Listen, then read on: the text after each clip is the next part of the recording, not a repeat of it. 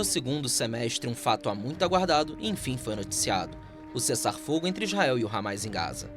O acordo mediado pelos Estados Unidos, Catar e Egito encerrou formalmente a guerra que devastou o território palestino desde outubro de 2023. A trégua permitiu a libertação dos 20 reféns vivos mantidos pelo Hamas e deu início à troca de corpos de reféns e combatentes mortos durante o conflito. O grupo islamista afirmou enfrentar dificuldades em localizar os cadáveres sob os escombros de Gaza, onde bairros inteiros foram destruídos. Mesmo após o cessar-fogo, Israel lançou ataques pontuais contra alvos em território palestino, alegando violações do acordo por parte de milícias armadas.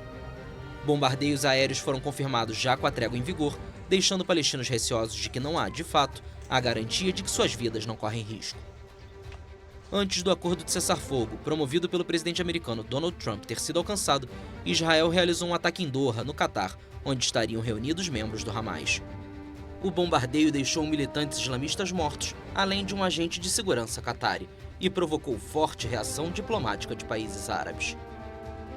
No campo diplomático, a causa palestina ganhou um novo impulso. Vários países reconheceram formalmente o Estado da Palestina, como Reino Unido, França, Canadá e Portugal. Em um esforço humanitário, flotilhas internacionais tentaram levar ajuda a Gaza pelo mar, mas foram impedidas pela marinha israelense. Entre os ativistas detidos estava Greta Thunberg. A sueca foi deportada após 2 dias sob custódia em um porto israelense.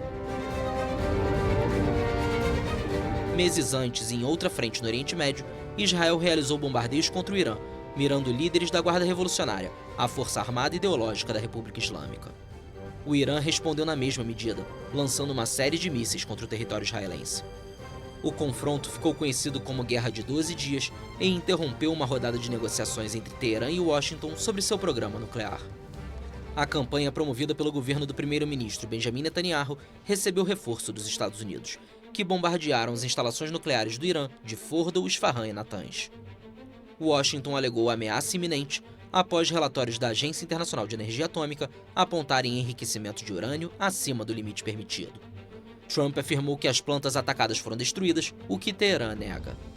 O governo iraniano reagiu com mísseis lançados contra bases americanas no Iraque, mas sem vítimas. O presidente dos Estados Unidos, Donald Trump, foi responsável pelo anúncio do acordo de cessar-fogo alcançado. O episódio ampliou o isolamento diplomático iraniano e reacendeu temores de uma guerra aberta no Oriente Médio. Em uma tentativa de encerrar outro grande conflito global, Trump e o presidente russo Vladimir Putin se encontraram na Alasca para buscar um ponto final na guerra da Ucrânia, mas a reunião terminou sem avanços concretos. O encontro, o primeiro presencial entre os dois desde o início do conflito, buscava negociar um cessar-fogo que preservasse parte dos territórios ocupados por Moscou. Ambos os lados voltaram a ter reuniões, mas não foi alcançado nenhum entendimento. Países europeus acusaram o governo russo de promover ataques híbridos em territórios de diferentes nações. Dinamarca, Romênia e Polônia relataram invasões em seus espaços aéreos e interferências em seus sistemas de aeroportos.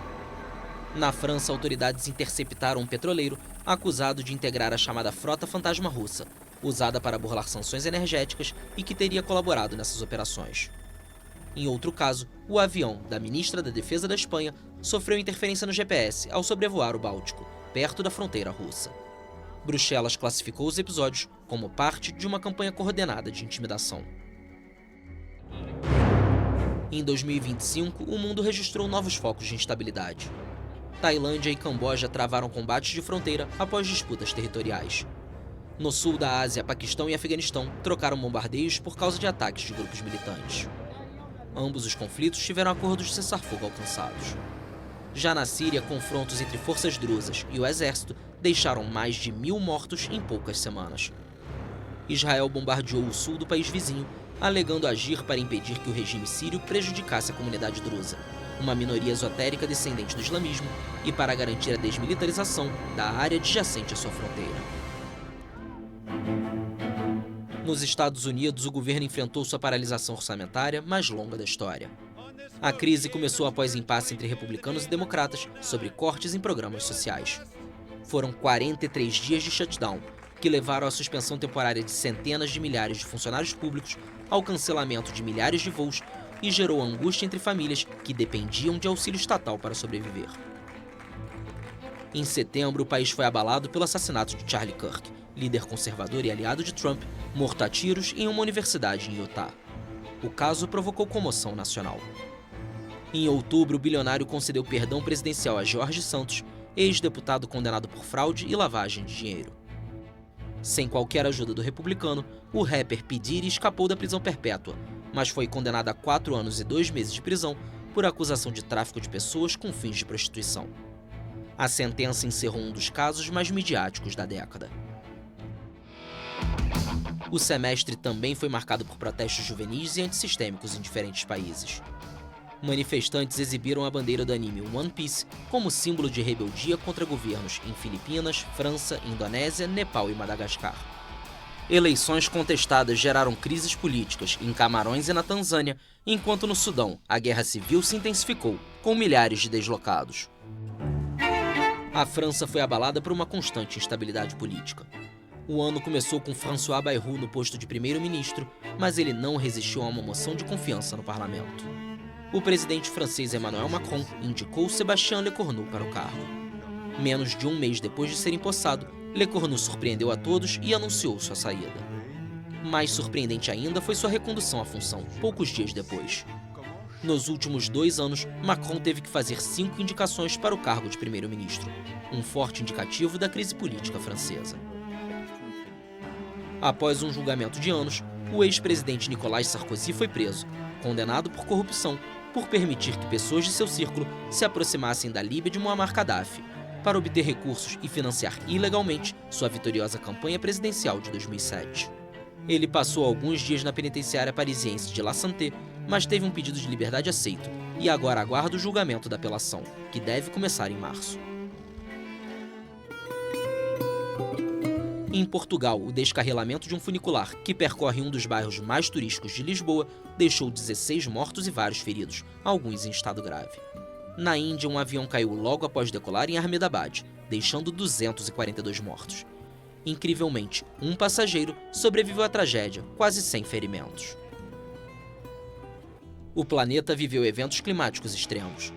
Ondas de calor históricas atingiram a Europa e o Japão, com recordes acima de 45 graus Celsius.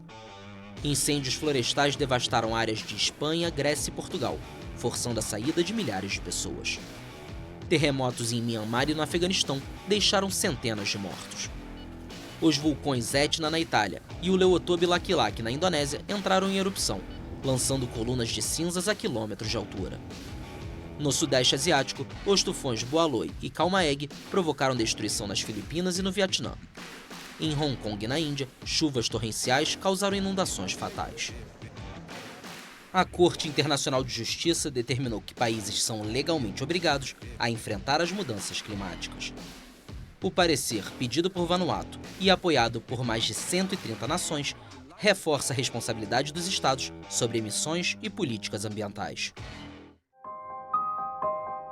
O ano foi marcado por grandes perdas no mundo das artes, da moda e da ciência. O cinema se despediu de Val Kilmer, Gene Hackman, Robert Redford, Cláudia Cardinale e Diane Keaton. Na música, a morte de Ozzy Osbourne foi um duro golpe para fãs de diversas gerações, espalhados por todo o mundo. O ex-lutador Hulk Hogan morreu poucos dias depois. Na moda, o estilista Giorgio Armani deixou um legado de elegância e minimalismo. A ciência perdeu Jane Goodall, primatologista referência mundial e símbolo pela defesa ambiental. Na Tailândia, a população se despediu da rainha-mãe, figura de grande respeito entre os monarcas asiáticos. No campo da ciência e tecnologia, a SpaceX lançou com sucesso o megafoguete Starship, o maior veículo espacial já construído. Após uma série de problemas técnicos que haviam colocado em dúvida sua viabilidade, o teste cumpriu seus objetivos principais, como um pouso no Oceano Índico.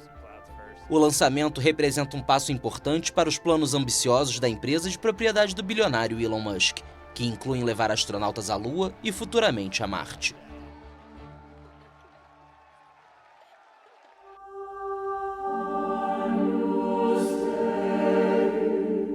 Em setembro, o Vaticano canonizou Carlo Acutis, jovem italiano falecido em 2006 e conhecido como um influencer de Deus.